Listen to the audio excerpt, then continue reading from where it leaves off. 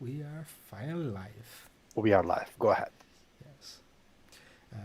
Bom, oi pessoal, desculpa aí pelo pequeno atraso. Como toda boa palestra, a gente sempre começa com alguns probleminhas técnicos. E hoje a gente tem aqui o grande prazer de receber o Dave Farley,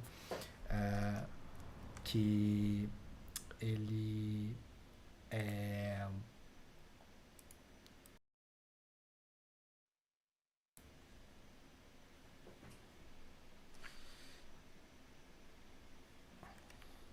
Renato, it's working fine. Go ahead. Eu sei, estava acontecendo Perdão, gente, estava acontecendo um pequeno retorno de áudio aqui, que talvez vocês escutem daqui um tempinho. No áudio eu já consegui tirar aqui, foi por isso. Bom, então, de novo, obrigado, Dave, obrigado pela paciência aqui por ele, né? O Dave é fundador e diretor da Continuous Delivery Ltd. Ele é um líder aí no campo da entrega contínua, do DevOps e do desenvolvimento de software de modo geral, né? Ele é ator aí do livro ganhador do prêmio Jolt Continuous Delivery, também do livro Continuous Delivery Pipelines, né? E é um apresentador aí regular em conferências, um blogueiro bem conhecido, também é autor do canal do YouTube Continuous Delivery, que vocês super recomendo que vocês acompanhem, né? E agora eu vou só lembrando, no chat tem aí para vocês, se vocês quiserem fazer alguma pergunta para o Dave no final, vocês podem mandar pelo slide. E eu vou agora só falar isso tudo em inglês para o Dave também poder acompanhar.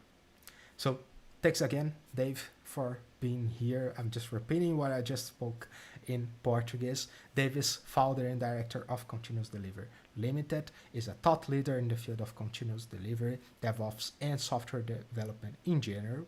Dave is co-author of the Jolt-award winning book Continuous Delivery, also of the book Continuous Delivery Pipeline, a regular conference speaker, well-known blogger, and also one of the authors of the YouTube channel Continuous Delivery, which I really recommend you to watch. And well, that's it. Dave, thanks again, and please. Thank you. Hello, everybody. I'm sorry I don't speak any Portuguese, but hello. So the organisers asked me to talk about continuous delivery today, and I am going to do that, but I'm going to approach it from a slightly different direction. Let me just share my screen and switch to my presentation, so I hope that you can see that now.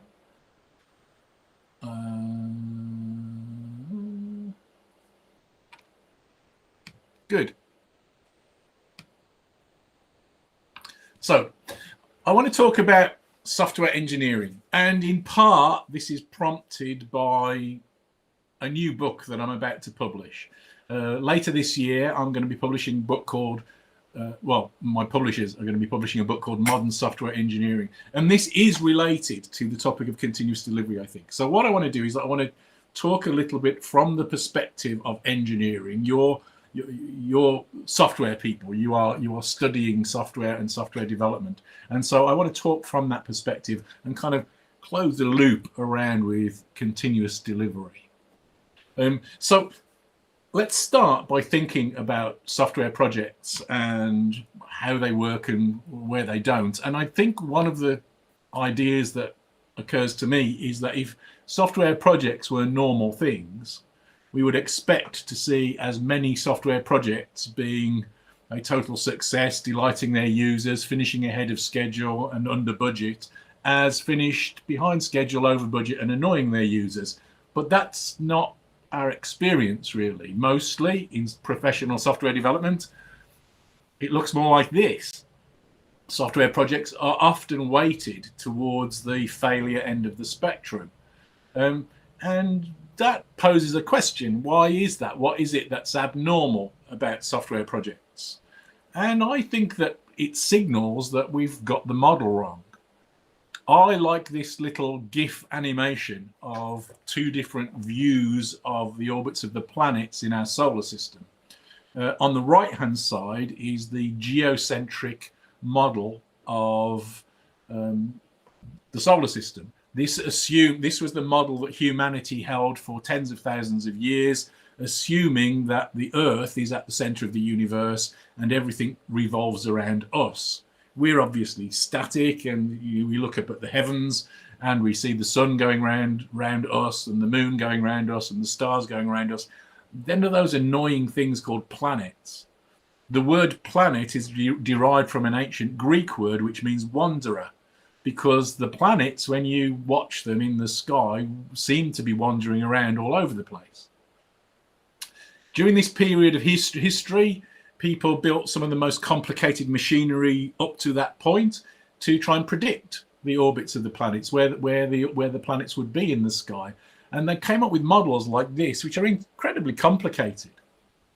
What it takes to break out of a problem like this is it takes a completely different viewpoint, something called a paradigm shift.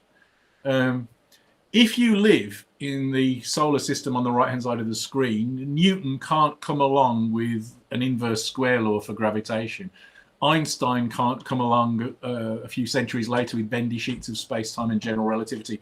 Those ideas do not follow from this model of the solar system. So if you have the model wrong, then you're going to make some profound mistakes, and it's going to limit your ability to think and understand what's going on. In this case, what happened is Copernicus, Kepler, Galileo, people like that came along and they threw out the old model. And they said, no, it's the sun that's at the center of the universe. Still wrong, but more accurate. And then that simplifies things enough that Newton can come along with his theories, Einstein can come along with his, and we can have geosynchronous satellite communications and so on as a result of that kind of thinking.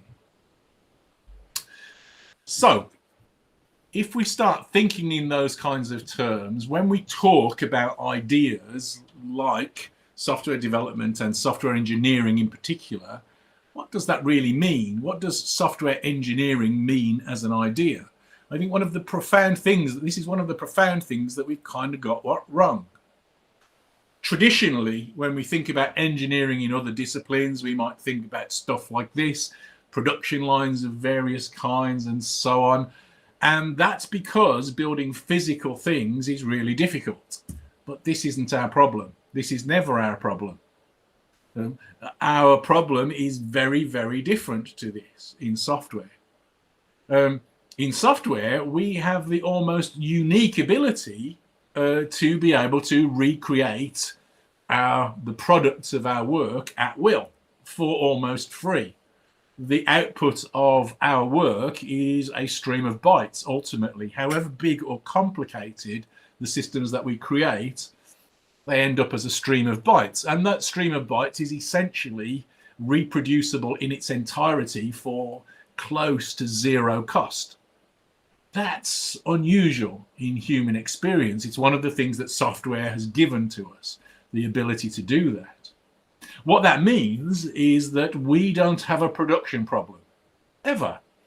Unless we're doing something rather dumb, our production is just copy the sequence of bytes that's the result of our work. So our problem is distinct, different to that. Because we can deploy our sequence of bytes as many times as we like for essentially free. That leads us to start thinking of engineering, certainly in software terms, in a different way. But it's not unique to software. If we start thinking about the problems of engineering rather than the problems of production or of production engineering, then engineering is a very different kind of thing. I am fascinated at the moment by following SpaceX and their creation of a spacecraft, the biggest rocket ever, that will eventually, they hope, take people to live on Mars. And they're building these things. And if you're interested, you can kind of watch the development of this stuff live on YouTube, pretty much.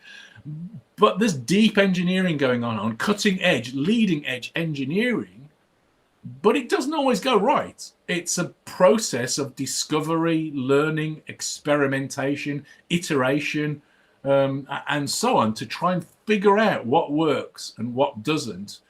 And this is the nature of our job all of the time. Whatever the nature of the software that you are working on or creating, it's always a creative act, because the cost of reproduction is cheap. You wouldn't do it otherwise. Unless it's an exercise in learning, for pure pleasure. If you're doing this on a commercial basis, then you're always doing something new, at least new within the context of your development, even if you're not breaking new ground every time. So the kind of experimentation that we see in leading edge engineering companies like SpaceX is kind of closer to the sort of thing that we're doing all of the time on perhaps a less expensive scale, of course. So engineering is all about exploration and discovery when we start thinking in terms of design engineering. I would argue that software development is all about exploration and discovery. And so we should think about that. If that's the case, then as professional software developers, our job is to aim to be world experts at learning. So we need to inculcate, to bring into ourselves the skills of learning and work on them and hone them. And this is not in some trivial sense, this is always true. The difference between expert programmers and beginner programmers is not that expert programmers never make any mistakes. It's just that they have ways of making progress even though they make mistakes. We all make mistakes all of the time. That's just kind of the nature of the game. So we need to make progress in small steps, working iteratively and gathering feedback so that we can understand the progress that we're making and discovering whether the step that we've made was in the right direction or the wrong direction. We want to make incremental progress so that we can kind of build upon our learning and gather that feedback and iterate more further, building our systems in layers. You don't build big, complicated systems of any kind, let alone software systems, by imagining them in their entirety on day one. You learn as you go, you discover new things, you find things that you did wrong, you work in a way that allows you to make mistakes and correct for them.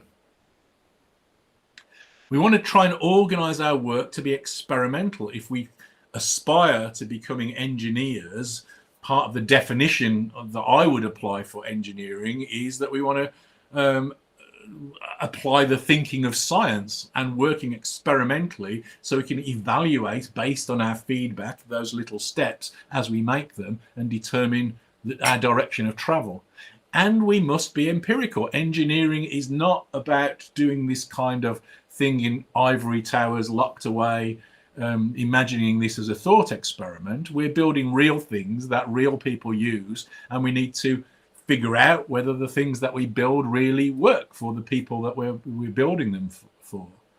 So we need to gather that feedback from production systems and understand how our systems work in live as well as everything else. The recent Facebook outage or Twitch outage are examples of that kind of empirical learning that is inevitable when we're building systems on the scale and complexity that we're talking about with modern computer systems.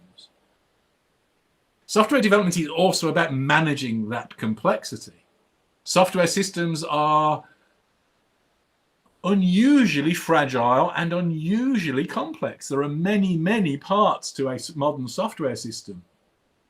A modern system like Facebook is deeply complex. It's to the extent where it's not just complex, it's dynamically complex. It's changing all of the time, and as you push it in one place, it's changing somewhere else. So not really predictable in the sense that we would think of.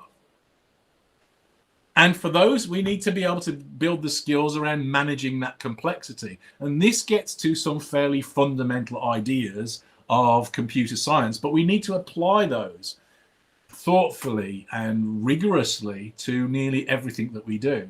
Modularity, dividing systems up into small pieces so that we can make change in one part of the system without damaging another part of the system, is vitally important. Abstraction, we can draw lines in our system so that we can hide detail from one part of the system, between one part of the system and another. Separation of concerns, working so that each part of our system is focused on something specific. And loose coupling, trying to make sure that the pieces of our system care about the detail of the bits that they're talking to the least possible extent. And cohesion, making sure that the parts of the system that are closely related are close together. One of my favorite descriptions of good design comes from Kent Beck, which is good design is the job of moving things that are closely related closer together and things that are unrelated further apart in the code base. So let's think about some of the principles of applying this kind of engineering thinking. We need to optimize for learning, as I've said, and optimize to manage or limit the complexity of the systems that we're doing. In order to be able to do that, we must take control of the variables. We must be able to limit the degree to which change is going to leak out between the different parts of our systems and into the bits that we're trying to evaluate. We'd like to make more evidence-based decisions based on working in this experimental way, and we'd like to begin one of the lessons, the deep lessons, I think, the philosophical lessons that we can and should learn from science, is to never assume that the answers that you have are correct. Rather, assume that they're incorrect, and then find ways to falsify the ideas that you have. That's a much stronger statement in terms of proving these. I'll give you a simple example of that. We can never prove, however many tests we have, whatever kind, we can never ever prove that our software is good. But if we have one test that fails, we know that our software is not good enough. This is an idea that's at the foundations of modern science, the idea of falsifiability, and we can apply that to software. So find ways to falsify ideas simply with more experiments, often in software in the form of automated tests. Testability is a tool that we can use, a extremely effective tool. Let's take a look at that. So let's begin by thinking what it is that we value in good code. And I would say that there are a few things. First of all, fairly obviously, it has to work. It has to function and do the job that we want it to do. But good code, in addition to that, allows us to make progress, to change when we learn new things and move forwards. So it needs to be modular. It needs to be loosely coupled. We'd like to be able to make the change in one place and not have it leak out to another. It needs to be cohesive. The bits that are close together are easy to, the bits that are closely related, I should say, are close together, and that makes it easier to change and easier to maintain. It has a good separation of concerns. Each piece of the code is focused on one thing, and it exhibits information hiding. By now, all of these things are probably starting to sound familiar. So in the absence of test-driven development, what kinds of things allow us to put those kind of properties into our code? Well, just this, I think, three things: the skill, experience, and the integrity at that time of an individual programmer. You know, if you've got the skills to be able to design code this way, that certainly takes a degree of skill, and experience helps you to get to that skilled point. But also, you know, am I trying hard enough on this day for this particular task? Do I care whether the software is well designed or not at this point? I want to take a sidestep now. We're talking in the context of testability, and my preferred approach to software development is something called test-driven development. Now, testing is kind of the wrong name. It's less about testing, and it's much, much more about the driven development bit. This is really an approach to software design that we use automated mini executable specifications for the behavior of our system. Test-driven development is a very specific thing. It begins by us writing a test, running it, and seeing it fail. That's red. We're going to then write the minimum amount of code that's necessary to make the test pass, because we're in an unstable state and we want to get back to safety. Remember what I said earlier about making change in small steps. And that's green. And then we're going to, while we're in the stable position of having tests that are passing, we're going to refactor the code and the test to make them more elegant, more readable, more general, more concise, better designed. And that's the refactor step. So write a test, see it fail, write code to make the test pass, see it pass, modify the code to make it clean and elegant. That's the test-driven development cycle. And then you move on to the next test.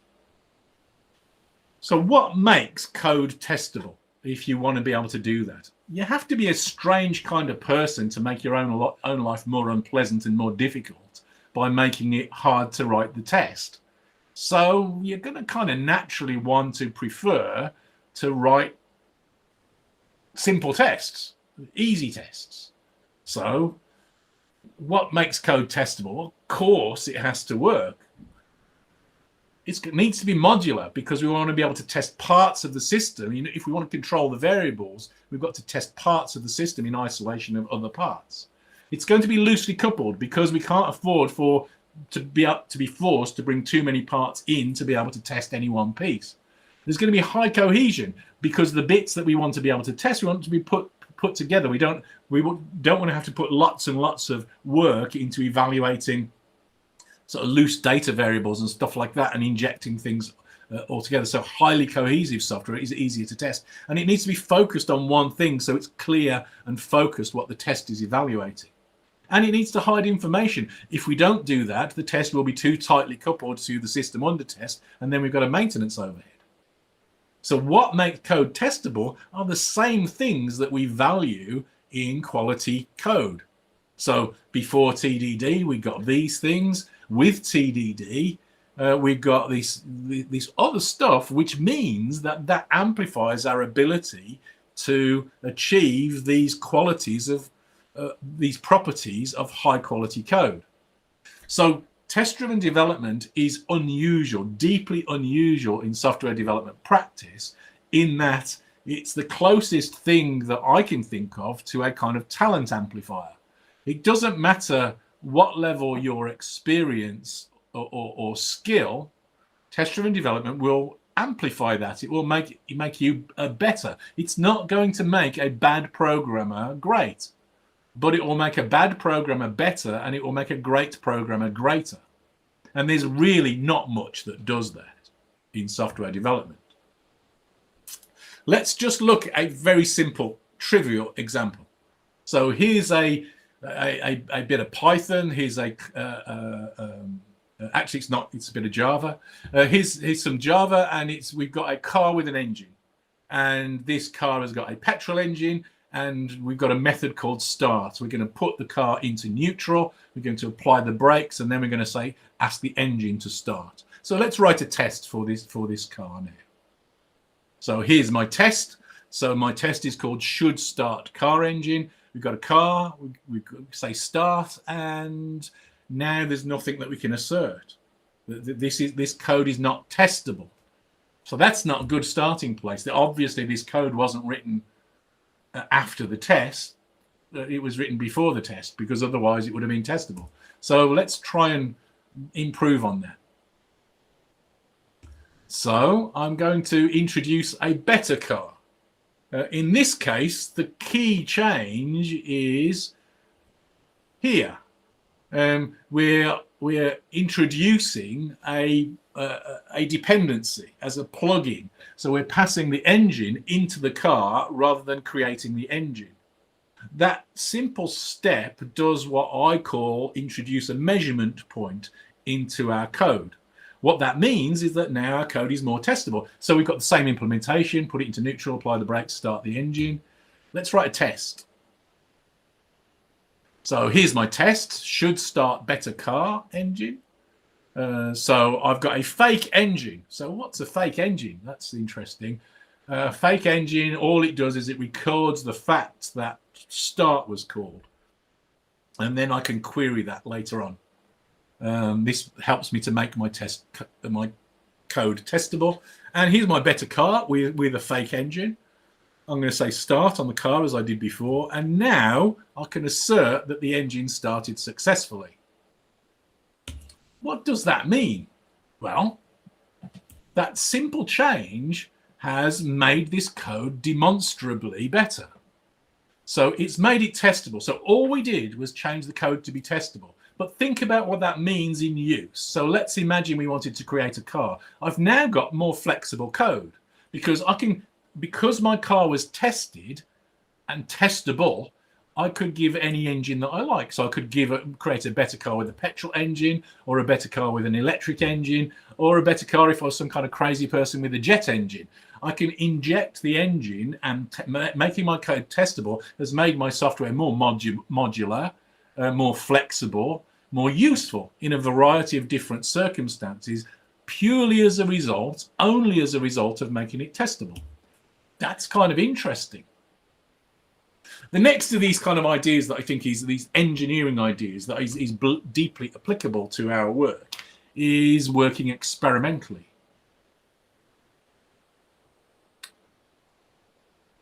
So again, remember, design engineers experiment with ideas. They try stuff out. They try and measure things, and sometimes they break things in order to be able to learn. That's an effective strategy for figuring out what to do.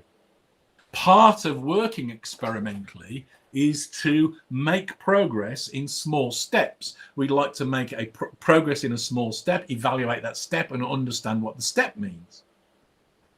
Another of these is gathering feedback. If we're going to be experimental, we've got to understand how we're going to collect results. And thinking about that before we carry out the experiment is useful. Let me give you a very, very, very trivial example of what I mean by working experimentally.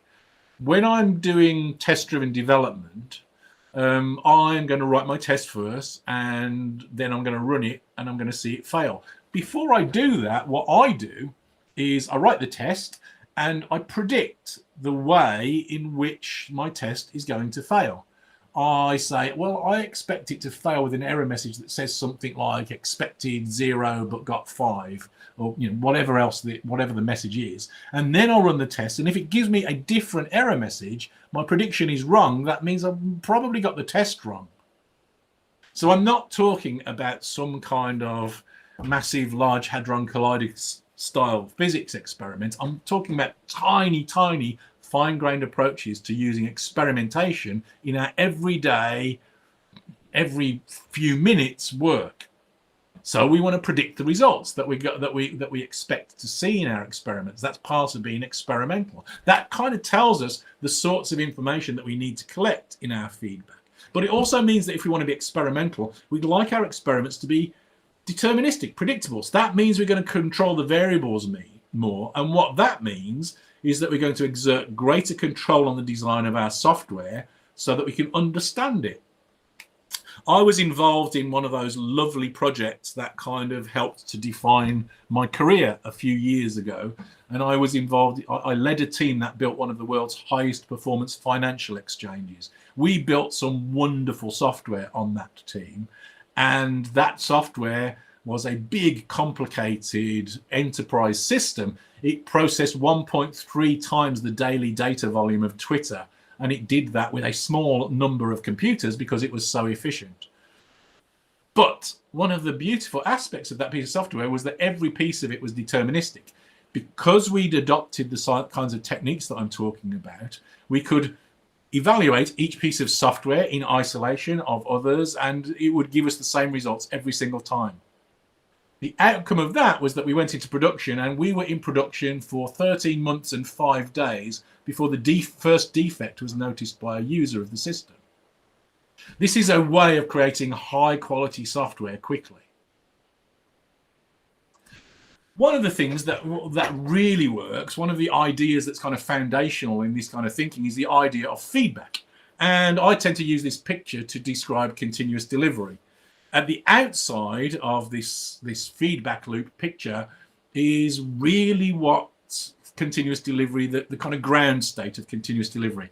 Continuous delivery is about working so that our software is always in a releasable state. So we want to have an idea, we want to get that idea out into the hands of our users as quickly and as efficiently as we can, and then we're going to gather feedback on those ideas to see whether they were good ideas or not. At the inside is what I've just been talking about, the very, very fast, short cycle feedback loop of test-driven development, evaluating our code as we evolve it over time. In between is the use of executable specifications, behavior-driven development style acceptance tests that evaluate the software from the user's point of view to make sure that we're building the right things. This is a quote from Richard Feynman. This is really applying this kind of scientifically rational approach to solving problems in software.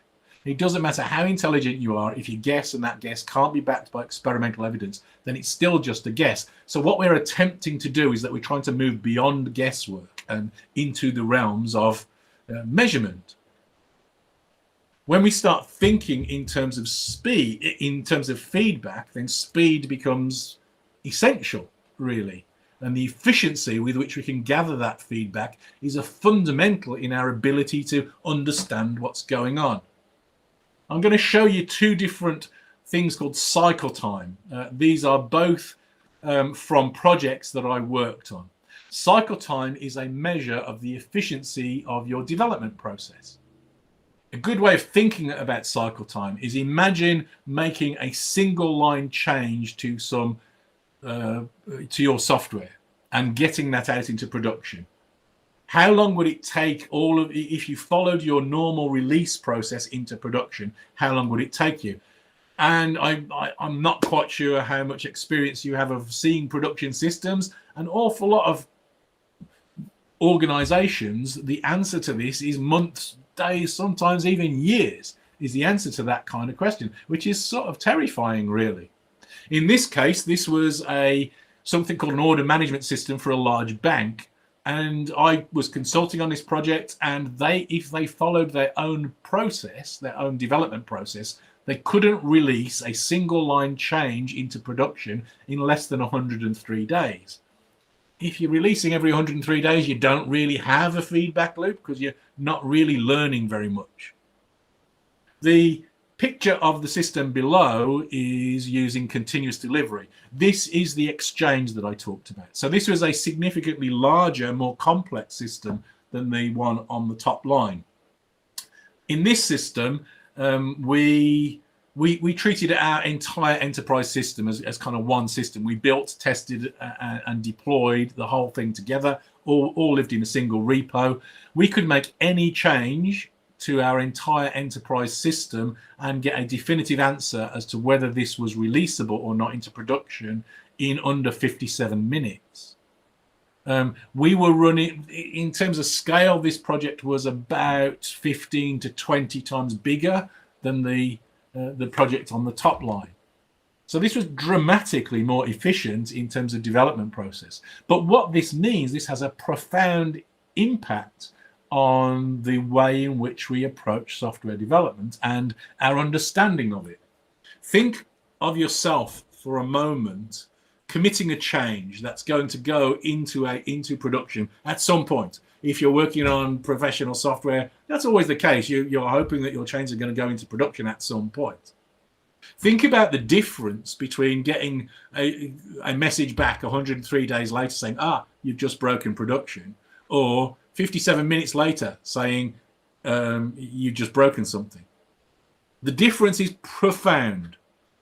I would argue that if you took an experimental approach to shortening your feedback cycle, to speeding things up, and starting to approach the levels of performance that we're talking about in this bottom line picture, that drives out all of Agile theory, all of Lean theory, all of DevOps theory, all of continuous delivery theory as kind of a side effect of working this way. You can't have a 57-minute cycle time if your teams are too large, because the communication overhead of all the people describing, sharing work together will slow you down too much. You can't have a 57-minute cycle time if the teams are too tightly coupled together. The teams need to be decoupled. If you've got to coordinate the work of multiple teams all the time, that's going to slow you down too. You've got to have a great story on automated testing, automated deployment, automated configuration management, monitoring in production, reporting test results back to developers, and so on and so on and so on. That in turn means, based on the stuff that we've already talked about, you're going to have a better software architecture in order to be able to achieve all of those things. These are the sorts of things that it takes to be able to get to these sorts of cycle times. And these are also the kind of properties that we value in high quality systems. So we can use time, speed as a tool to help us to improve the efficiency and therefore the effectiveness of our development process. There's one more thought that's kind of key in this. Imagine for a moment what it looks like if you're releasing changes into production once every 103 days. You're going to have a big pile of changes that get dumped into production. Now, there's a lot of risk associated with that. Each of those changes, there's many of those, so that the risk associated with each change is there's the sum of all of those risks, and then there's kind of the exponential part of that function, which is that two or more of those changes might interact with each other in unpleasant ways, and that also amplifies the level of risk as the number of changes goes up. Think now about the nature of change if you're able to create that change and have it deployed or ready to deploy into production every hour or so. In that circumstance, then each change is going to be small. Each change is going to be easier to reason about. There's less complexity for problems to hide. And even if there is a problem, it's going to be easier to spot what that problem was because each change is simple and therefore easier to understand. So there's good data that backs this up. It's not just me saying it, but working as a process of many small changes is measurably, demonstrably a higher quality process than working with bigger, riskier changes. So this is these things are sort of part of the philosophy of continuous delivery. Continuous delivery, the term comes from something called the Agile Manifesto, which was the thing that kind of introduced the idea of agility to software development. The Agile Manifesto defined a bunch of ideas, but the first principle is this: our highest priority is to satisfy the customer through the early and continuous delivery of valuable software. Our job as software developers is not coding. Our job as software developers is solving problems with software, giving stuff that people can use for profit or fun. So it's the first principle of the Agile Manifesto. It's kind of the logical extension of continuous integration, which is the process of us frequently, as close to continuously as we can get, evaluating our changes to make sure that our changes work together as a team. It's kind of a holistic approach to software development. It's about doing everything that we can to reduce that cycle time and so up the quality and efficiency of the development process. One of the interesting things, and again, we have good data to back this kind of statement up, is that there's no trade-off between speed and quality. In fact, it's quite the reverse. If we want to do a high-quality job, we need to go quickly. If we want to go quickly, we need to do a high-quality job. These things are intimately related. A good mental model for continuous delivery is that we're going to work in a way, as I said earlier, so that our software is always in a releasable state. That means that the best way of thinking about this is every single time we commit a change for any purpose to our version control system, then that gives birth to our release candidate. And the job of our process and our technology from then on is to prove that that release candidate is not fit to make it into production. This is the continuous delivery realization of this idea of falsifiability. And we kind of count that we're finished when we've got working software in the hands of users doing something useful. The principles of continuous delivery are around creating a repeatable, reliable process for releasing software. If we want to be repeatable and reliable, then we've got to control the variables. That means that we've got to automate pretty much everything. We've got to keep everything under version control. We want to speed up so that we can identify problems and improve the efficiency. And we've got to focus on quality so that we can move forward quickly and efficiently. And this is really deeply a process of continuous improvement. You're never really finished looking for ways to speed up, in the same way that science is never really finished looking for new theories and new ideas. We're trying to all the time find ways of improving and speeding up. This is a quote from some years ago, as you can see by the date, but this is a quote from Forrester Research, the industry researchers, who said, if agile software development was the opening act to a great performance, continuous delivery is the headliner. I think it's a reasonable statement to say that continuous delivery is still seen as state of the art in software development practice. It's the way that most of the organizations that you probably think of as world class at software development do it. This is how Google, Facebook, Microsoft these days, many of those sorts of organizations work. This is a picture of something called a deployment pipeline. And the idea of the deployment pipeline is really to embody that feedback loop that we've been talking about. The deployment pipeline is an organization of technologies often. And what we're trying to get to is to automate as much of the process of building and evaluating our software as we can, so that we get this high performance, high quality feedback very quickly and very efficiently.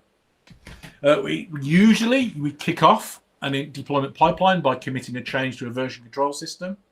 And that's then going to be evaluated to give feedback to software developers as to the quality of their changes. What we're looking for at this stage is that we want very fast feedback that kind of tells the software developers whether their change is good, safe to commit, to progress. And then once they've got that signal, they can move on and start working on something new. I generally try and characterize this in saying you want two things. You want a very high level of confidence, something like 80% confidence that if the commit stage passes, then everything's going to be good. And you want very fast feedback, so you're not sitting around waiting for a long time before you're free to move on to something new. So this is kind of the best way to thinking about this, is that we're trying to optimize to fail fast. We want to capture the commonest kind of problems very early in the process and inform the developers and the team that there's a failure. Once that commit stage is done, then the developers can move on and start looking at something else. But we're not finished with the evaluation. So the commit stage is really going to tell the developers that the code does what the developers think the code does. This is kind of a technical evaluation to a large part, because we're having to optimize to fail fast. So we want these tests. These are mostly going to be unit tests, mostly the products of test-driven development, because we can run tens or hundreds of thousands of those kinds of tests in minutes and get feedback very quickly. But that doesn't tell us everything that we need to know. It doesn't tell us that our software does what users want it to do. It doesn't tell us that it's configured correctly. It doesn't tell us that it deploys correctly and that all of the pieces work together effectively. For that, we need a different kind of test. And that's where acceptance testing and actually the rest of these blue dots in this circle are targeted. These, you could think of these really as focused on the releasability of our product. Does the software do what the users want it to do? Does it deploy correctly when we try and deploy it in the same way that we deploy into production?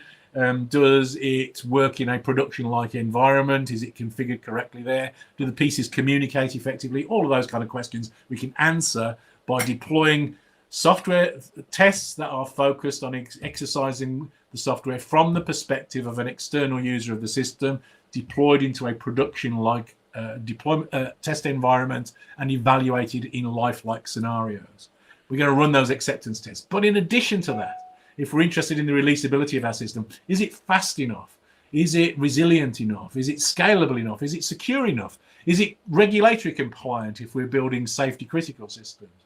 Does the data migrate if we've got lots of data? We're going to test all of these things, and we're going to do all of these things with automated tests and get the answer back really fast. So our deployment pipeline goes from commit to releasable outcome. It's our only route to production. All change destined for production in a continuous delivery environment flows through the deployment pipeline. All change destined for production is the releasability of those changes is determined by this testing. So if the pipeline finishes and all of the tests pass, then by definition, that change is deemed releasable. There's no more work to do at that point. That's where we're trying to get to. So we're looking for very fast feedback and a definitive statement on the releasability of our changes. If we look at this, this is really in two principal phases, maybe three if you count the deployment into production. The first phase is really continuous integration primarily. It's about fast technical feedback on the quality of our changes, validating that our software works alongside our teammates' software all of the time, as close to continuously as we can sensibly achieve. In general, my advice to teams is that they aim to try and get a result from their commit stage in under 5 minutes. That might sound very ambitious for some kinds of systems, but in practice, it's surprising how well you can do with these kind of timescales. I've been involved, in building deployment pipelines for all kinds of systems, including systems with hardware involved and big complicated systems. And with a bit of ingenuity, this is possible even on those scales. Google, for example, have over 9.5 billion lines of code in a single repository, and they reckon on average that they can get a result back in about 2 minutes. Because they've invested in the engineering to get those kinds of results. So this scales enormously. The next phase is the acceptance phase, and this is about determining whether our software is releasable. And my advice, again, for some kinds of software, for some kinds of organization, this sounds close to impossible, but it's not, is that you try and achieve a releasable outcome roughly once an hour. The reason for that is because if we leave it longer than that, it's going to be really hard to keep all of our tests passing. We're going to have lots of tests. We're going to be running thousands, tens of thousands, maybe hundreds of thousands of tests. When we built our financial exchange, we ran something like about 75,000 tests within our deployment pipeline when I worked there. And we got those answers in under 57 minutes for all of those tests. So we want the tests. Just as a thought experiment, think for a moment. Let's imagine that we do an overnight build. If we do an overnight build and I'm a developer and I commit a change and I introduce a defect, I don't find out until the following day. If I know what I did wrong and immediately commit a change that fixes it, the build's broken for a whole day until the day after that before everything's working again. So your build is broken for a long period of time. That means your build is not releasable. That means you can't really be doing continuous delivery. So we want to shorten the cycle. Bringing it within the working day is step one. But really, if I introduce a defect, I'd like several goes at fixing it because I might not be able to fix it the first time round. And teams that can get feedback on the releasability of their software within an hour are able to keep the tests passing in a ways that teams that take longer than that find difficult. Now, there's all sorts of different testing there, and I'm rapidly running out of time. I'm going to apologize for advertising a little bit, but I do run a YouTube channel, which is quite popular these days, and I have videos on all sorts of topics. lots of different aspects of the kind of automated testing that I'm talking about. The YouTube channel is called Continuous Delivery. If you go to YouTube and search for Continuous Delivery, you'll find my channel. If you follow this bit.ly link, you'll find my channel as well. And there's lots and lots. There's over 100 videos on there now, and I publish every week. So there's lots of stuff on the channel that might be interesting to you if you want to learn more about these kinds of ideas. And I'm very proud of my new book, which is coming out very soon. And this week, it's available for pre-order, which talks about this kind of engineering thinking and how we ought to start thinking about it and applying it to our professions. I'm particularly keen to be talking to you people at the start of your career, because I think that this is good stuff. I think that if you take some of these ideas on board, it's going to help you to achieve better outcomes in the software that you create and have a more fun, more enjoyable, more rewarding career as a result. So if you are interested at all in that, it's currently available for pre-order, and if you use the code modern software engineering SWEng like this, you get 35% off the pre-order at the moment. Forgive me for advertising. That's the end of my talk. Very happy now to take any questions. Let me just stop sharing my screen. There we go.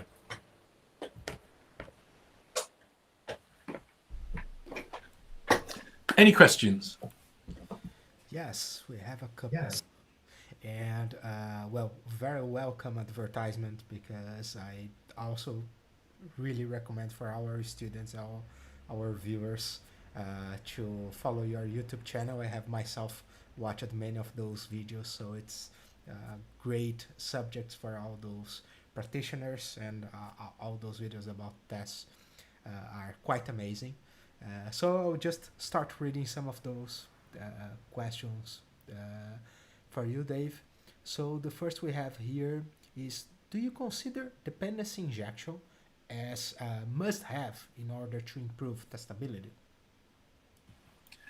I think pretty much, yeah. I think you pretty much need to design with dependency injection in mind.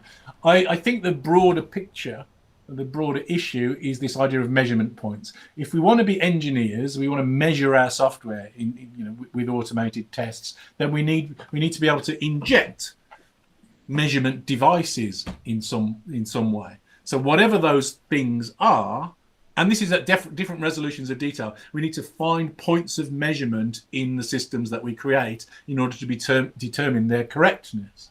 And so dependency injection is perhaps the primary tool for that at the fine-grained level. At bigger scales, there are other techniques. So faking out external dependencies, for example, ideas like contract testing and so on, are other techniques that you can add in. But I think that the broad idea is this idea of measurement points, and this is not the truth about our industry, but I think it ought to be. I think that it's unprofessional to write code that isn't covered by automated tests. I think it ought to be a professional duty of care.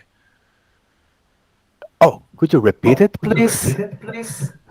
Yes, I think that it is unprofessional to write code that isn't covered by automated tests.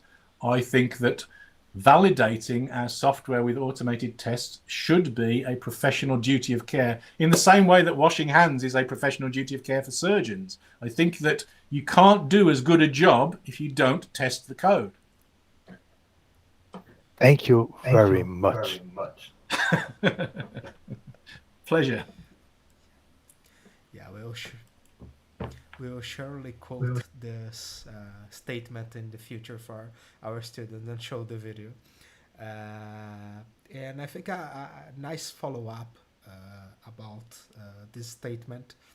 We have another question here that is, what do you think about the 100% coverage? If you think that's unrealistic, or how to decide what to test and what not? I think that chasing coverage for coverage's sake is a mistake. I think that if you follow the kind of discipline that I'm talking about, you end up with great coverage as a side effect.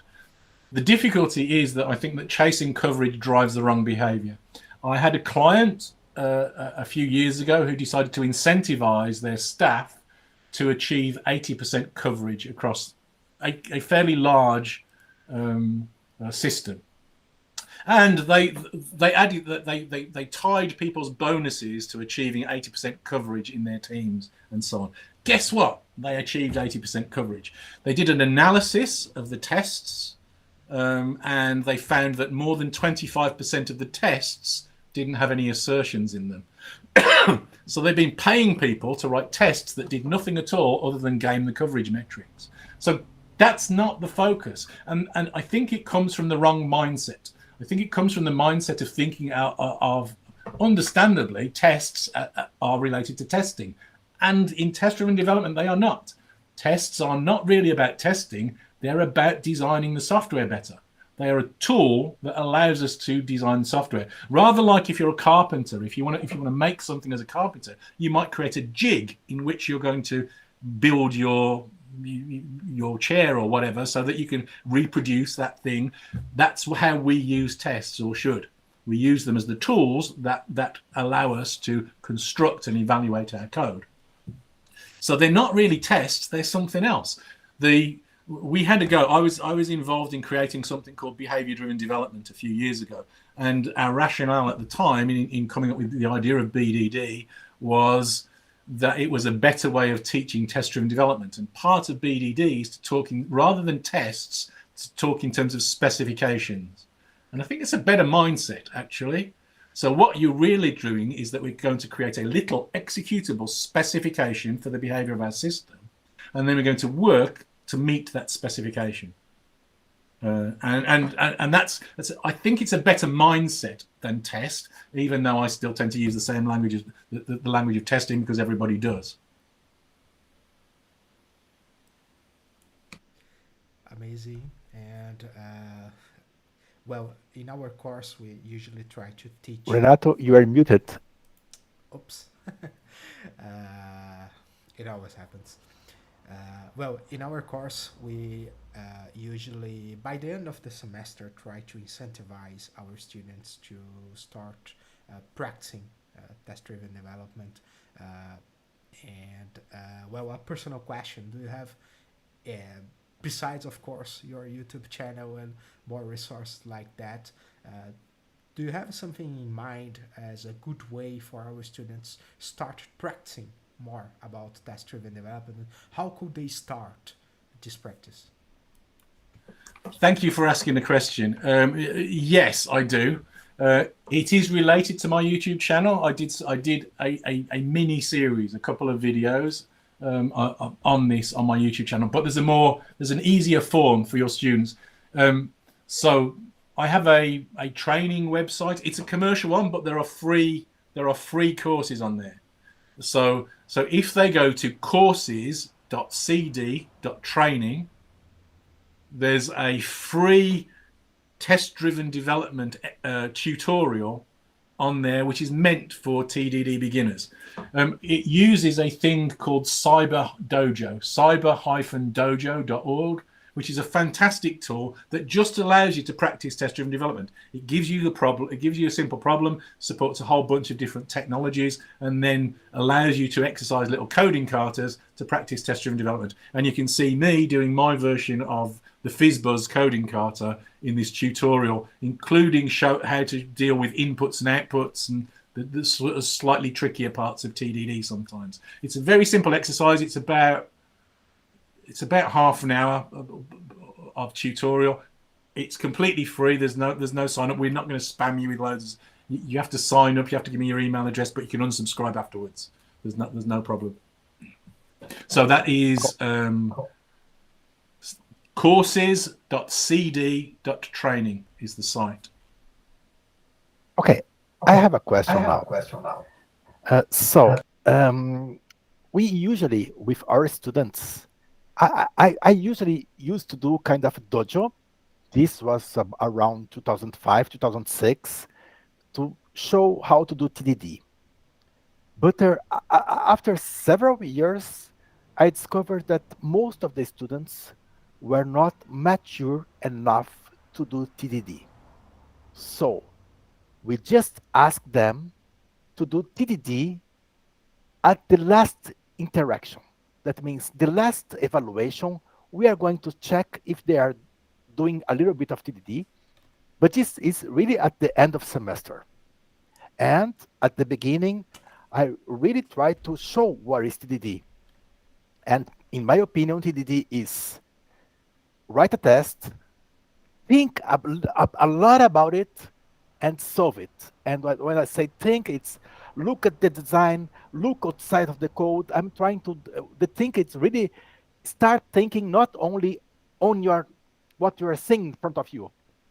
Think big and try to think about design, everything, because this is what I think about TDD. But I really have this difficulty because only some students are able to understand TDD at the end of this XP lab. And I'm saying my students are at the last years of the undergraduate and several graduate students, and they are not bad. Am I doing something wrong? I don't know. Maybe. So I think that there are some tricks that help focus, and I think BDD helps a lot. It helps me rationalize what's going on more. I think that the real truth is that the problem with test-driven development is actually not to do with the testing or at all. It's to do with the design thinking. The problem with test-driven development is that you know it challenges your sense of design. One of the things that if you'll forgive me being immodest, I am an expert at test-driven development. I've been doing it for a very long time. One of the things that I value very highly in test-driven development is the almost instant feedback that I get on the quality of my design. I can't get that any other way as quickly. And I teach test-driven development courses sometimes for my clients and so on. And one of the things that I see is that I think that often design skills are relatively weak, even in professional software developers. And that's a problem. My fairly hardline view is that I think we'd probably be in a better shape if, on the day when my granddaughter learns to write her first lines of code in kindergarten, they're done in the context of test-driven development. I think that would be a healthier starting point. But we don't. That's not how we teach code. I think we should, maybe. I haven't actually seen that in practice, so I can't say whether it would work. What I have seen is I've seen people. A friend of mine once taught a whole bunch of COBOL programmers to migrate to be Java programmers when Java was the latest thing, and he did it full on XP from day one. So they didn't differentiate between the two, and they made that transition easier than people that just learned how to, went from COBOL to Java learning the code first. So I think there's something here. There's some tricks. I think one of the big problems that traps that beginners fall into with test-driven development is thinking too much about the design at the point at which they're writing the test. And I think that that's the thing that BDD gives us. And that's really beneficial. So I think that the test should be focused on the outcomes that you want and not at all on how the software works. So I don't care how the software works. All I'm interested in is what it does. So in my test, I want to express these little specifications for the behavior that I expect of my piece of code without saying the absolute minimum the bare minimum that I can about how that code works. So I want to consciously try and adopt the discipline at the point at which I write the test of not trying to think of the design that I'm going to come up with yet. I'm not worrying about that yet. I just want to think about what I want out of it. So I mentioned FizzBuzz, the silly kids game. You say 1, 2, 3, 1, 2, fizz, 3, buzz. You know, if it's divisible by 3, you say fizz. If it's divisible by 5, you just say buzz. If it's divisible by both, you say FizzBuzz. If I want to solve that problem, so what do I want to write? I don't want to write the detail of, you know, does it do this modulus thing or something like that. I just say, you know, is it the number? Then give me back the number as a string. Is it 3? Give me back fizz. Is it divisible by 3? Give me back fizz. Is it 5? Give me back buzz. Is it divisible by 5? Give me back. And I'm just going to write that simple sequence of tests, and they say nothing at all about how I solve the problem. All they say is what a solution of what the results of a solved problem look like, and that's tricky, but it's kind of the essence of what we do as software development. We're trying to achieve some kind of outcome with our software, and if we apply this kind of thinking to writing the test, then what all that it's doing is it's just forcing us to consider the problem in front of us that we're trying to solve before we write the code. I've been doing this long enough that it's hard for me to imagine what it's like to be a complete beginner at this. My experience of teaching people is that less experienced people pick it up faster than experienced people, because the experienced people are sitting there going, yeah, but my code doesn't look like that simple example. So it's usually easier for more people that earlier in their career to learn it, is my experience. But I haven't been in your position teaching people coding from kind of the start. Just a small remark, you know, I teach sometimes Algorithms 101, and I start to introduce tests at the second class. Why? When I introduce the if, I introduce if with tests. So my students on Computer Science 101, they start doing tests without knowing it from the first program. It's too easy. Yeah. How does that go? Does that work out? Oh, it's work fine. They think it's natural. That's my point. I think that we ought to be teaching and thinking about it that way in our industry. I think our industry would be better if that was the starting point. Is my belief. And it's so easy. When you introduce if, you can introduce tests. Yes, exactly. Thank you very much. Pleasure.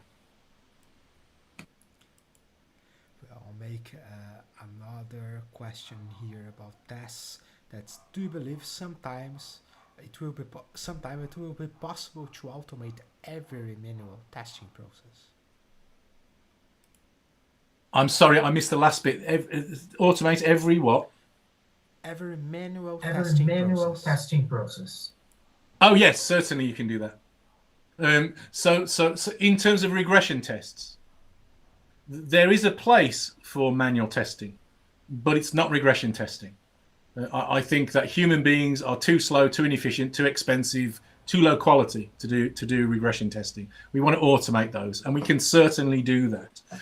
I think that what humans bring to testing is the kind of fuzzy pattern matching, much richer experience, the more subjective evaluation of software. Does this software paint pretty pictures in my head that allow me to extrapolate and think where I'm going to go next? Is it nice to use? Does it look pleasant? Those are the sorts of things we're probably not going to write tests for. So that kind of stuff you want human beings to be involved in to evaluate those sorts of things. But I don't want human beings in the loop that says, is my software functionally complete? Because I can do that better with automated testing. And I've done this in big, complex, sophisticated systems. And yes, you can certainly replace all manual regression testing. It's actually not that hard. It's kind of an act of will. Part of it is just believing that you can. And then you kind of, if you can do it, I've just got to think up the reason, the approach. But my experience is you can, and I've done it with some quite difficult things. So one of my clients builds mass spectrometers, big complicated scientific instruments, and they are rapidly moving in the direction of being able to to regression test those things without human beings. And that's difficult because there's hardware involved. They have to put samples into these big complicated systems, and there's all sorts of difficult stuff going on. Tesla make cars. Tesla make cars this way. Tesla use automated testing. They don't have human beings looking at the software to see whether it's usable. It's automated. So yeah, you can absolutely do the regression testing thing with full automation. Amazing. And well, since we were talking a little bit about complex systems, one of our questions was, considering testing and the idea of controlling variables, how could we improve this management of complex systems, such as systems made with microservices? I think that there's a few ideas, and forgive me, but this is one of the idea. This is part of the idea of my engineering book. Is that I think that there are some base level principles that are common to all software, and there's some hard parts. There's some genuinely world-class difficult things. So part of the trick of building complex software systems is to try and figure out how you dodge the really world-class difficult things. And the two biggest culprits, our version of quantum theory in software development, is concurrency and coupling. And largely that comes down to concurrency anyway. If you've got two pieces of information in two different places and they are changing independently of one another, and at any point in the future you need to bring them back together, you've got a very hard problem. So there are different strategies that you can undertake to be able to control that. You can either not allow there to be two different pieces of information, so you could bundle everything together and try it out all together, or you decouple them to the degree that you don't need to bring them back together again, and you don't care about the differences. The second one is kind of what microservices are, and nearly everybody misses what microservices is about. Nearly all organizations, I should say, not nearly everyone. The microservices is a scalability ploy for big organizations. The idea of microservices is to decouple teams so that they can work independently of one another on stuff that's releasable without testing it together before you release it. And it's that last bit that's the thing that trips up big organizations all of the time. I consult largely internationally with large organizations, and nearly all of them think that they're doing microservices, and nearly none of them are, because these pieces aren't independently deployable. So what they've got instead is they've got a distributed monolith that's inefficient to test because they've got it all in separate repos and they have to test it all together. So microservices is a fantastic idea, but it requires a very high level of design sophistication to achieve it, because you've got to come up with these almost perfectly decoupled pieces just to paint the picture so you can understand. If you think about something like Azure, Microsoft Azure, or AWS, the S3 block storage system, one of the common Amazon services, I don't care what version it is. I don't know what version it is. I can write code that will talk to S3 and store stuff in S3, and Amazon are changing that all the time. I don't care. I don't have to change my code every time S3 changes because the interface is stable. The interface doesn't change. So I don't need to test my software with a particular version of Amazon software before we release them. That's what microservices gives you. That's why Amazon can grow at ridiculous rates, because the teams don't need to coordinate their changes together. So there's some fairly deep things.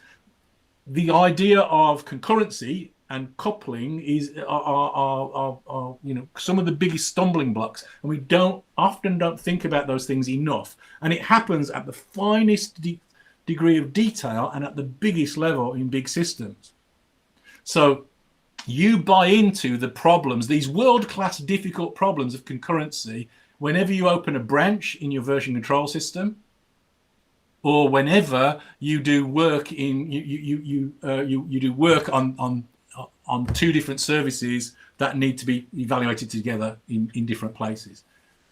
You just buy into that straight away. And these are world-class difficult problems. There are many scientific, computer science papers on the problems of how you deal with concurrency and so on.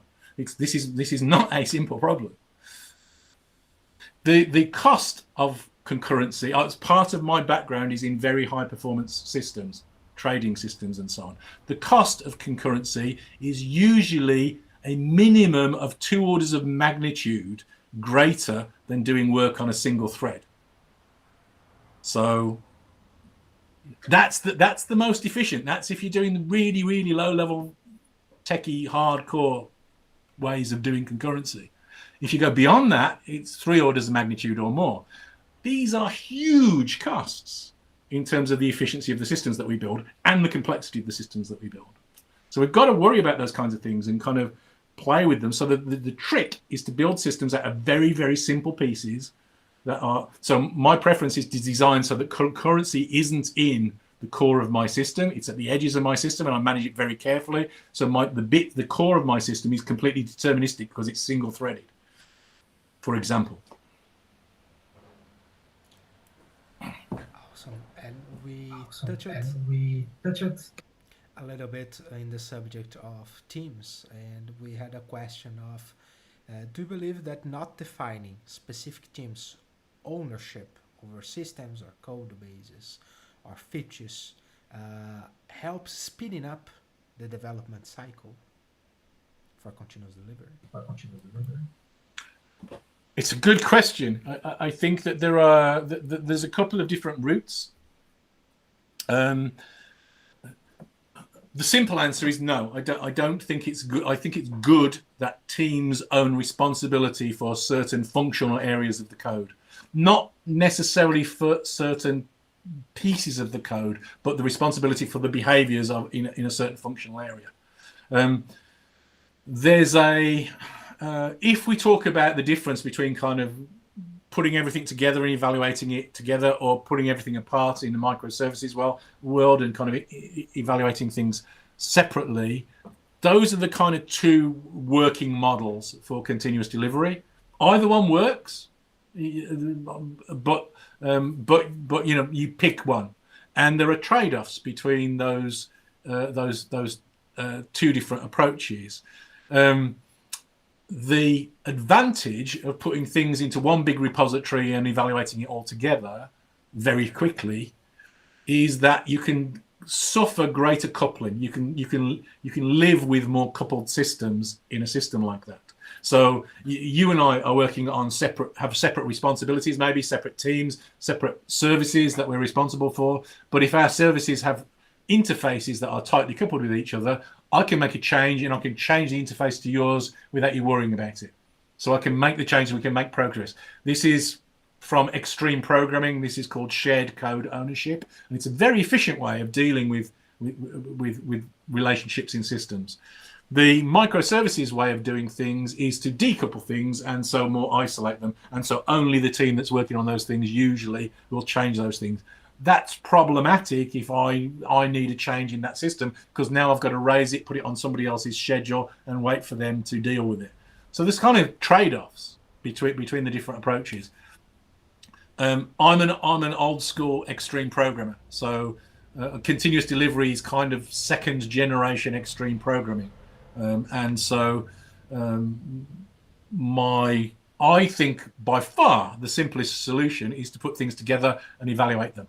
So I've got a video coming out on my YouTube channel soon about how do you begin with microservices. And my advice is that you start off by bunging everything into one big repo so you can move very fast while you're learning and trying to discover what the right service boundaries are and what the kind of messages between them should be. And then once those have started stabilizing, that's when you pull them out as separate services and put them, and isolate them and deploy microservices. Most of the people that I would consider to be experts in microservices would give you that advice.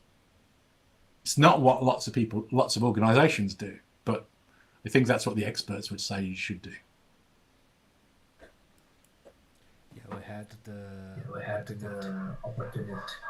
had the opportunity to talk with some authors, such as Sanema, Chris Richardson, the great opportunity, and most of them talk very in line of what you just said. we need this quick evolution in the beginning, and just when we have the lots of teams and the stability to see the context that we have, it's when we can think about splitting. Before that, you are usually shooting yourself.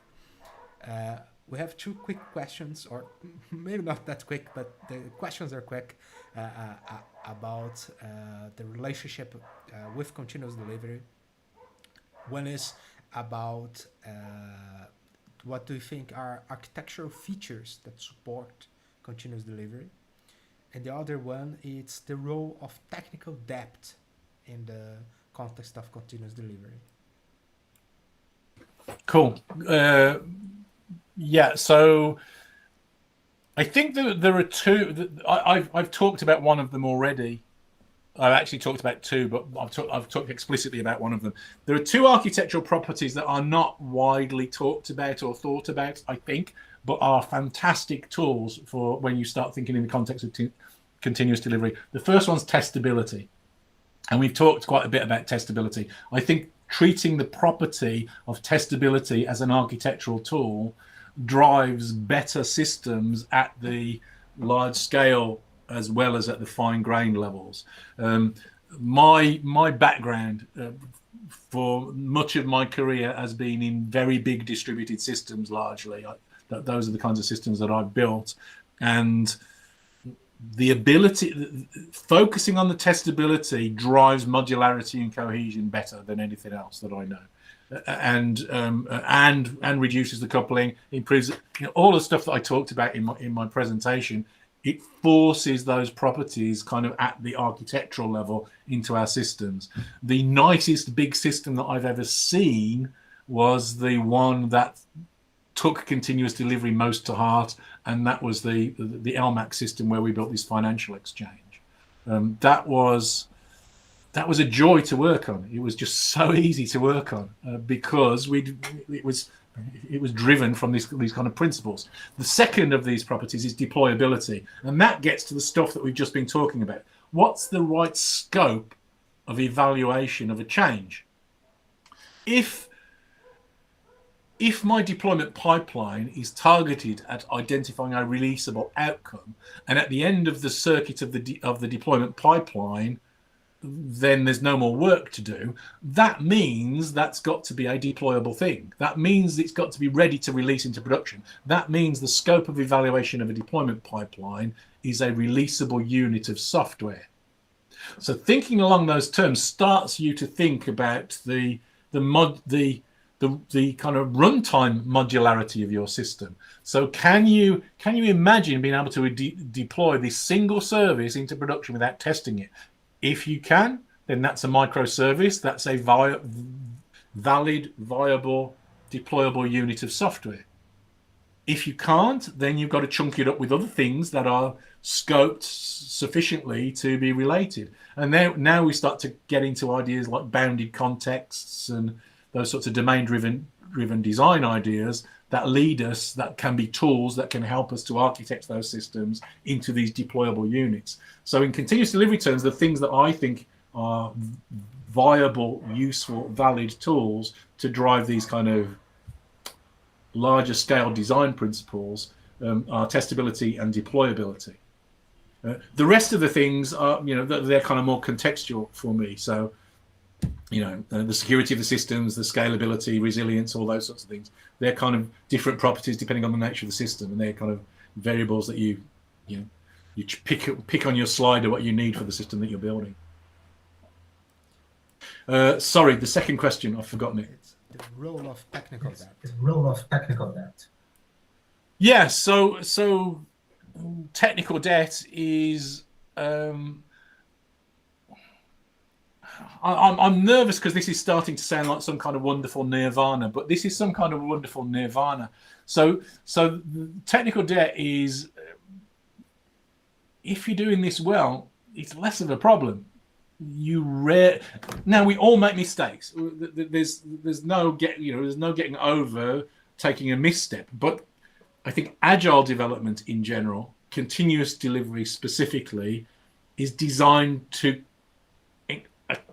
allow for us to make mistakes. the architectural approach, the software engineering approach that I talk about in my book is about working in a way that insulates us from the costs of mistakes. So a defensive approach to design and programming, I suppose.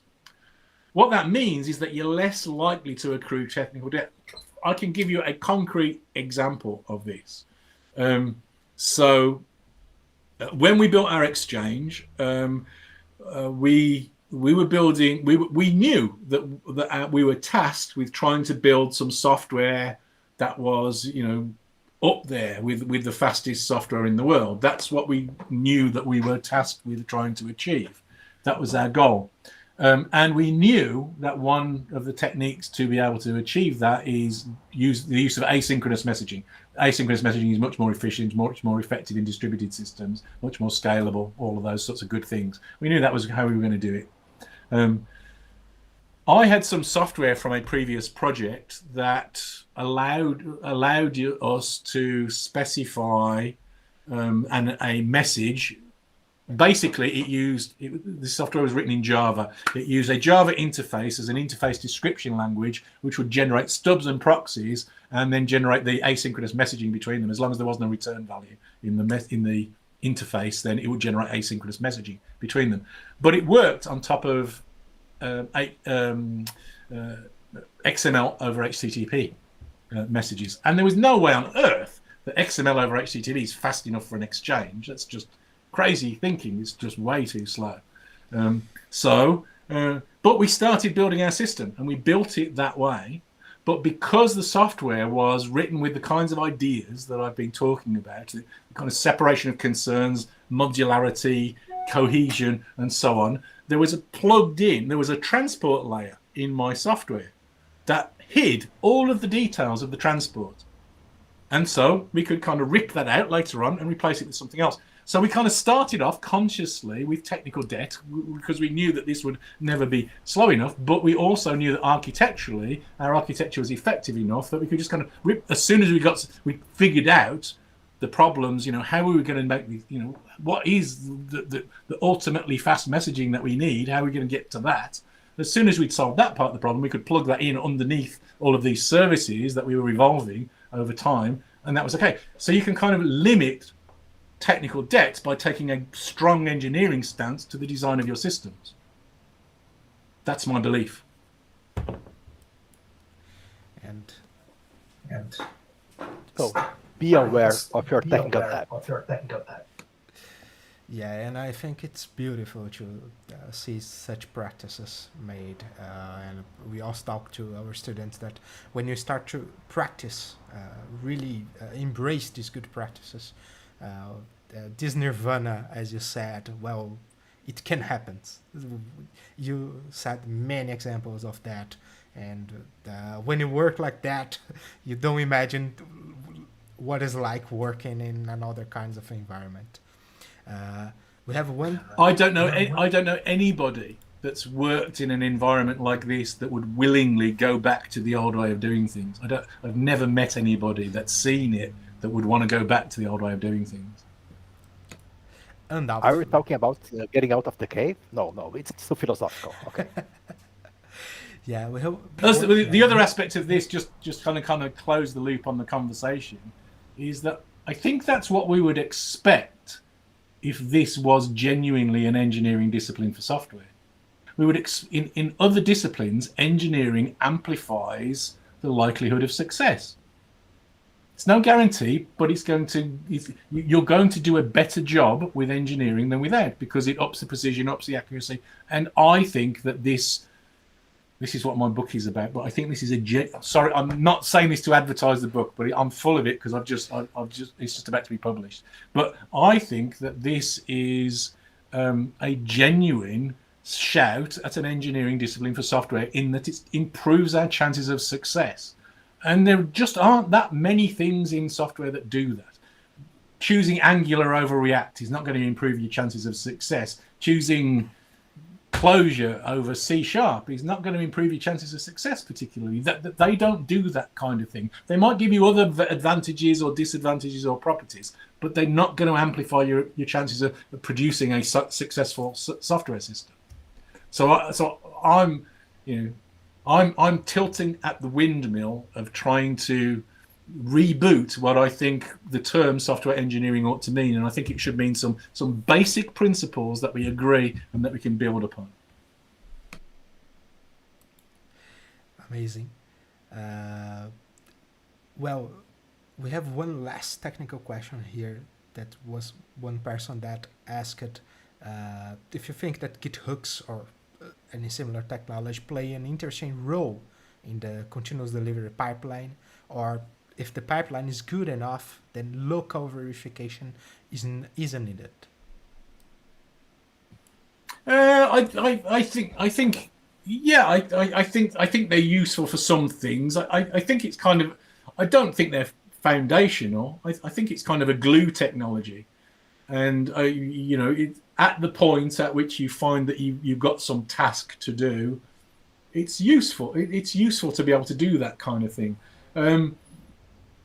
I've used Git hooks and all sorts of other bits of kind of glue technology to build deployment pipelines. There is no such thing yet, and I don't think there will be for a long time, maybe never, as kind of an off-the-shelf complete deployment pipeline.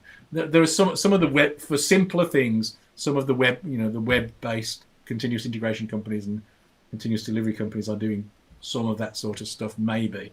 But I think a deployment pipeline is always going to be fairly closely targeted to the needs of a project. I think that it's going to need to be adaptable and tunable to projects. And so you need the ability to be able to get in at the right times and to add extra bits. I've used Git hooks for all sorts of things where we're trying to optimize different parts of the process. So I think so. I'm working on an example of some code examples for a project at the moment, and I'm doing it all using GitHub Actions.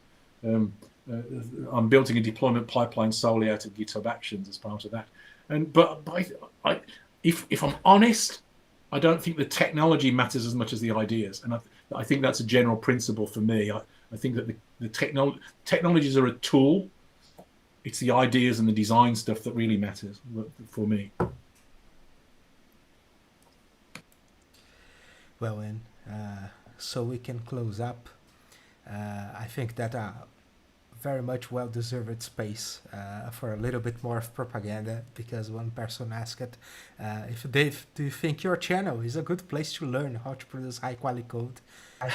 Because the person asked, I often think my code would be below industry standards. And we have a question here from my colleague Tatiana, which asked if you could give some more spoilers about your next book. So please, if you can talk a little bit more about your channel in our book, it would be amazing. Sure, thank you. So the goal of my channel happened by accident. My YouTube channel. It happened when the pandemic started. I was up to that point I was traveling the world advising companies on software engineering. When the pandemic started, I stopped doing that, so I had all this spare time for a little while until my business rebooted, and so I started the channel. Now it's very dear to my heart, and part of the reason for that is because I get some lovely feedback that it helps people, and particularly my son helps with the marketing for my channel, and he's very keen and reminds me all of the time that we should be targeting stuff on the channel that aims for more junior, more or less experienced developers to help them along, because that's the world, that's the next generation of software development. I'm an old man and I'm going to be retiring soon. I'm not building software for production systems anymore. So you guys are building software for production systems. But if I can help you do a better job, that gives me job satisfaction. That makes me feel happy that I got some lovely feedback on my TDD tutorial stuff, because I get quite a lot of TDD, as you can tell, is very, very close to my heart. I think it's very important. And I've got quite a lot of feedback on my YouTube channel from people saying, having watched your video, I gave TDD a try for the first time, or I gave it another try, not having dismissed it. And so I was very, very pleased with that kind of stuff. I started my own business a little while ago. Up until then, I was building software for other people, and I was building hands-on, doing real code. I started doing this partly because my book was kind of successful and I was starting to approach the end of my career and thought I'd do something else. So these days I work as a consultant rather than a real software developer. But I decided that part of my job, the way that I would get job satisfaction is if I can make just a small number of people do a slightly better job, that would make me feel good.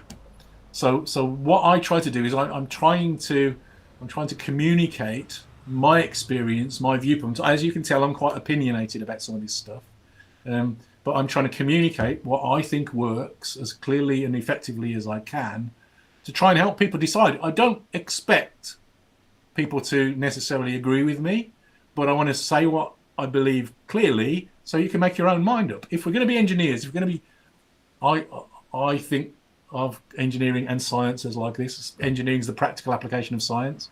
If we're going to be engineers, we've got to be rational about it. And that means you shouldn't trust my word. You shouldn't take my word for anything that I've said tonight. You should try it out. I think that when you try it out, you'll find that some of the stuff that I'm saying works better than other things. And if you find something better, tell me and I'll be delighted. I think that's what an engineering profession ought to be. And so I'm trying to